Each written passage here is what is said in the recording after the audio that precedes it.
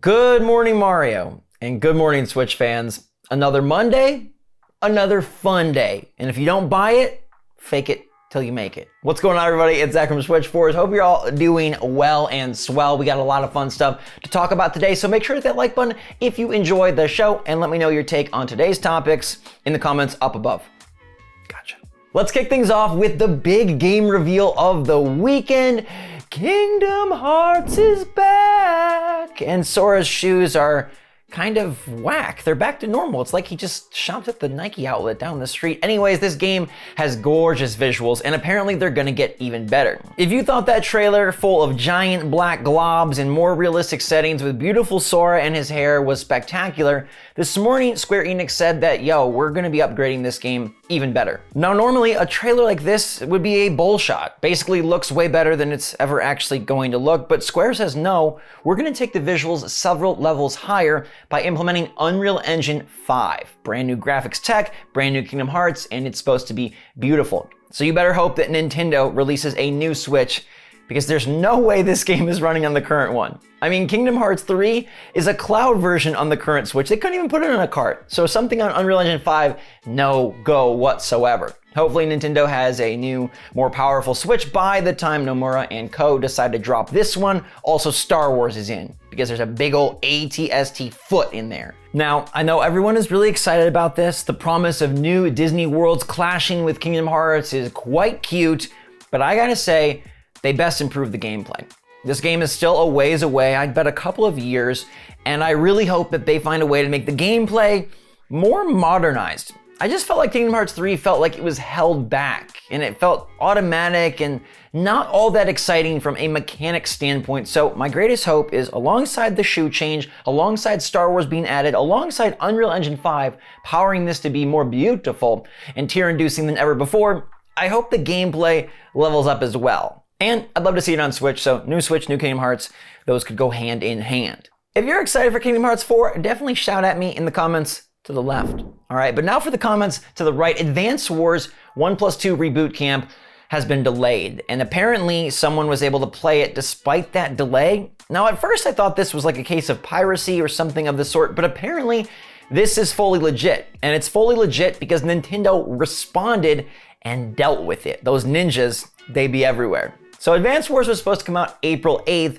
and a Twitter user by the name of Rachel was able to play the game. She had preloaded the game and it unlocked and she could play it. Now, we don't know exactly where she was based, because in the US, Nintendo had canceled preloads and pre-orders, so you couldn't possibly have this. So she must be elsewhere in the world, and the game unlocked. And then Nintendo was like, crap, someone's playing this game that we tried to be polite and respectful and delay, and now it's out there for at least one person, possibly more, and they can experience the entire thing. Nintendo emailed her saying, hey, we're gonna cancel your purchase, we're gonna refund it, and we're gonna revoke your access. Apparently that is in the works right now, but I don't know if I've ever heard of a case where a delayed game was made playable. Now, this is a special circumstance because the game is done. They didn't delay it due to big bugs or needing more time to work. They just delayed it due to world events, but still, very strange that all loopholes weren't closed. All doors were not slammed shut. Some door was still open. They found a way to get in there and play this game unintentionally, but be able to play the full Advance Wars. There's no way you or I can play it. I just found this fascinating, and we know that the game is 100% ready. Nintendo literally just has to push the button. Speaking of buttons, you won't be pushing any of them because the Wii era is back, baby. The Wii! Man, the Switch really veered away from the Wii. I mean, at the beginning, they were like, 1-2 Switch, and people were like, no. And then they were like, ARMS. And that was really fun, but people were still kind of like, no. And Splatoon uses gyro, but that's different. Now though, Waggle is back. Previews dropped for Nintendo Switch Sports, and man, oh man, this is bringing back 16 years worth of memories. The Wii is really here again, and it feels like people's response is kind of all over the place. Some are very excited to be bowling once again, and Nintendo has made some notable upgrades, most importantly, online play and online play with randoms.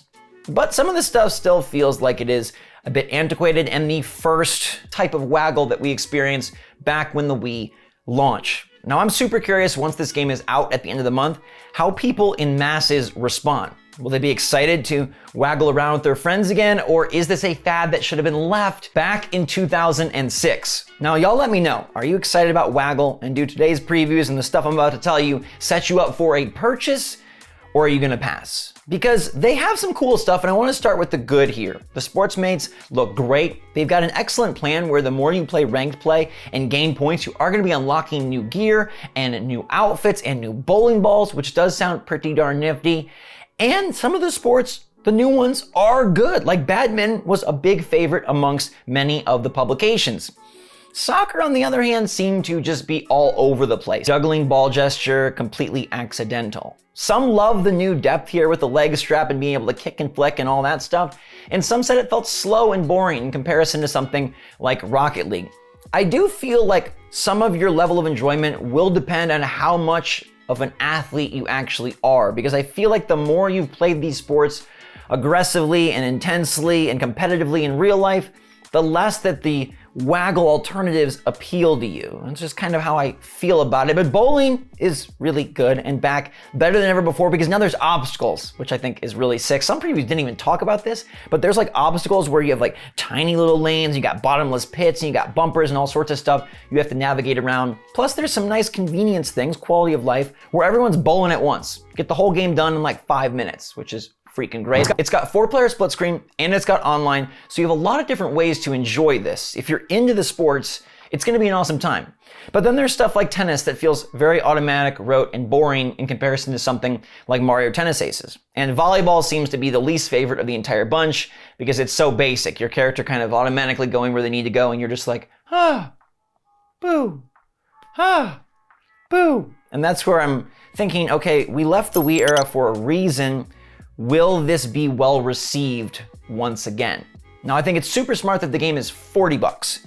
You can pay for a bundled version to get the leg strap, or you can order a leg strap online for $10, but $40 feels much better for this than $60. They will be adding golf later in the fall, and nobody had a chance to play that. That will probably end up being one of the modes with the most replayability, I guess, just since it's kind of more fleshed out, different holes, different shots, things of that sort.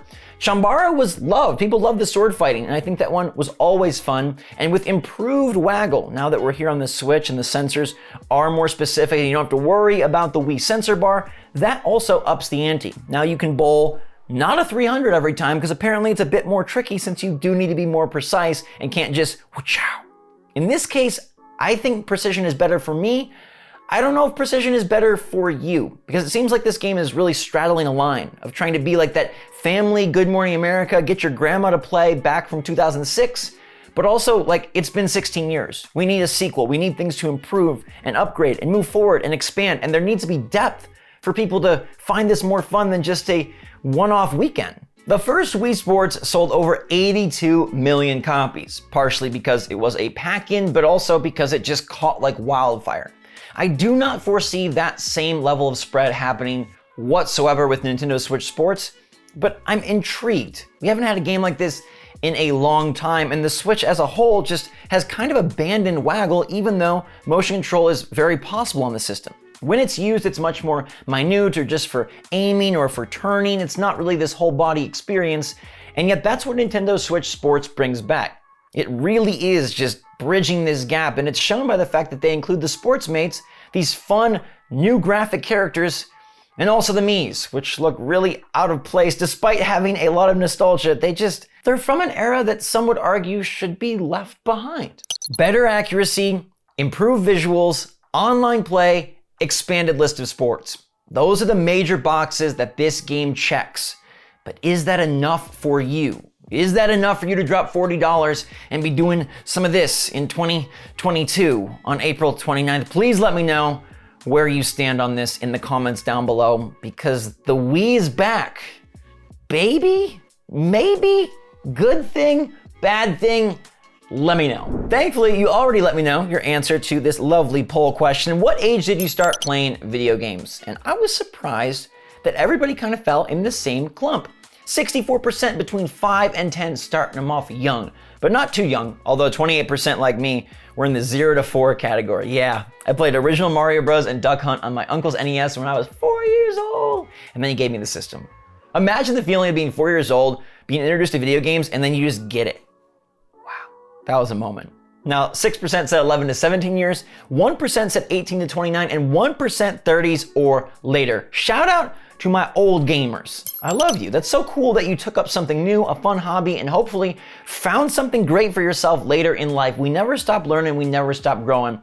We always can have fun. And I appreciate you all having fun with me each and every day on this show. Thanks for being here. Make sure you're staying safe, staying healthy, staying happy, staying positive out there, taking care of yourself, getting some good sleep, getting some good food, and playing some good games. In the meantime, though, everybody, thanks again for watching. Love you lots. SwitchForce out.